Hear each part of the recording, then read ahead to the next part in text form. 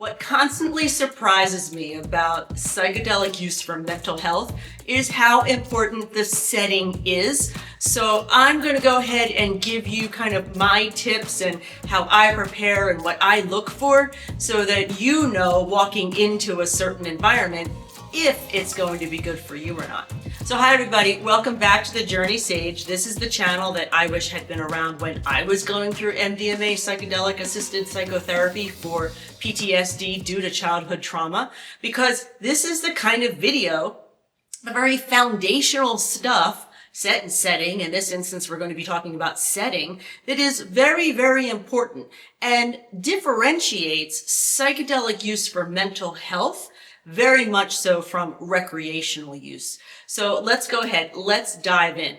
Whether you are talking about a therapeutic environment like me, two guides in a very large room with multiple seating areas and a mattress and blankets and pillows and everything there, water, food, everything there for your comfort, or if you're talking about a ceremonial setting, maybe at a retreat where you've got multiple people in the journey, multiple facilitators, everybody is kind of having this shared experience along with their individual experience. No matter which one of those choices you find yourself in, there are some basic things you can do to make yourself feel much more comfortable. The first one, really, really simple. Don't wait to the actual journey day to have an understanding of what the room looks like.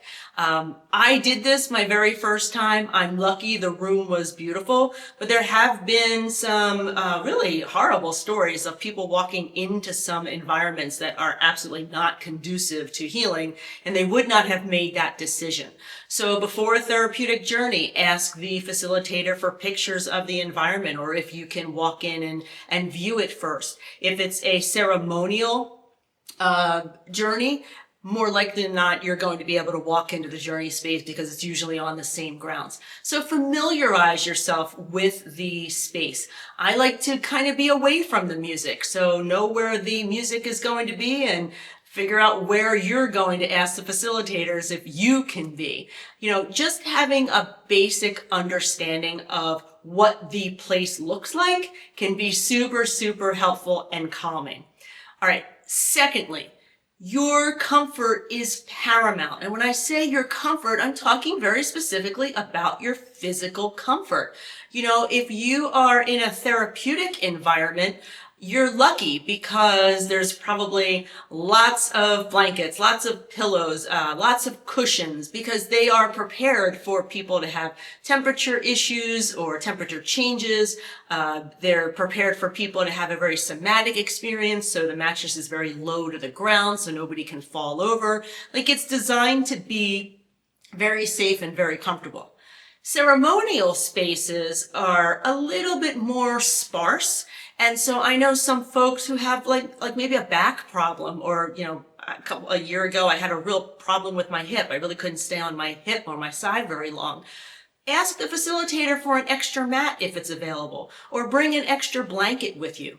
I would also say pay attention to temperature. I'm going through a period in my life right now that when I take medicine, I get really, really, really cold. That just happens to be me right now in this time of life. Bring layers, bring socks, bring your most comfortable clothing. You deserve to be comfortable physically during this process so that nothing is a distraction. And do not hesitate even during the journey to ask for what you need. I'm the person that says, give me as many blankets as you have, even though I've got 3 sweatshirts on and socks and all that kind of stuff. Do not hesitate to ask for what you need, because your personal comfort is really important so that you can concentrate on what you came there to concentrate on, far more of, you know, the mental health stuff that you're working on. All right, next, think about items of importance. And so I've seen people bring journals. I've seen people bring crystals. I've even seen people bring like tarot cards, bring necklaces, anything that you have some sort of meaning with or for. can always be very, very helpful. I have brought a poster into a therapeutic session. At one point, I even brought a Barbie doll into a session. I brought a stuffed animal into a session. All of those things kind of triggered some childhood stuff, and it was just easier to kind of focus in with that actual tangible item. So don't be scared to do that. I wouldn't necessarily bring anything that might break, because, you know, you're going to be in an altered state. You might want to pick something up. Like, don't bring glass or anything of that sort. But anything that is safe to handle or just to give you comfort, I think is, it can be really, really helpful. I tend to like bringing my own blanket. Even when I travel, I have a travel blanket. So whatever you need to make yourself comfortable, don't hesitate to bring things into the journey space, whether it's therapeutically or in a ceremony, just to make sure it doesn't bother somebody else. Like, you're not going to want to bring an alarm clock or anything of that sort. You know what I mean? And then I think the last thing, and this might sound a little silly, but I'm kind of a picky eater. I've always brought my own snacks. And in the very beginning, my very first journey, I thought to myself, wow, I'm such a control freak. I brought my own snacks. I didn't trust my doctors. And then I realized, no, I'm just a picky eater. And when I get out of a journey, I'm hungry and I want what I want. There is nothing wrong with bringing your own food along with you. Sometimes I'll even bring a little piece of chocolate if I don't like the taste of the particular medicine that I've been given. I'd certainly bring some water in, or some water with electrolytes in there. So snacks, absolutely very important to me, and the setting, it just makes me feel kind of confident, knowing too that when I'm coming out of the journey, if I have, you know, I love grapes. So if I brought some grapes with me, it's like, ooh, I'm coming out of the journey. I get to have some grapes and just kind of wake up and get that little touch of sweetness. So there you go.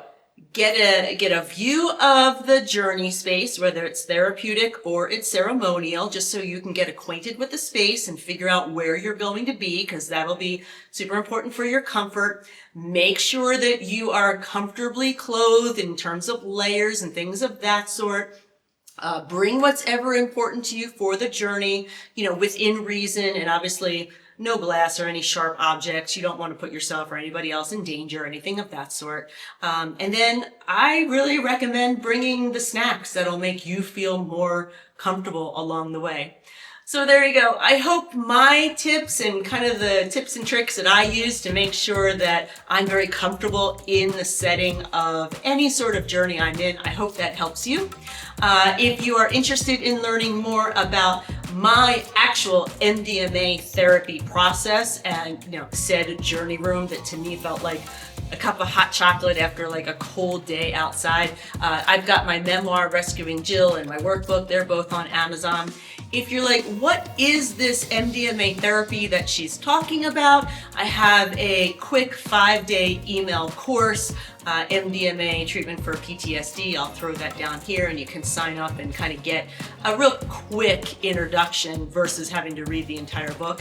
And of course, you can always head on over to thejourneysage.com. I've got a ton of resources, a ton of information over there too.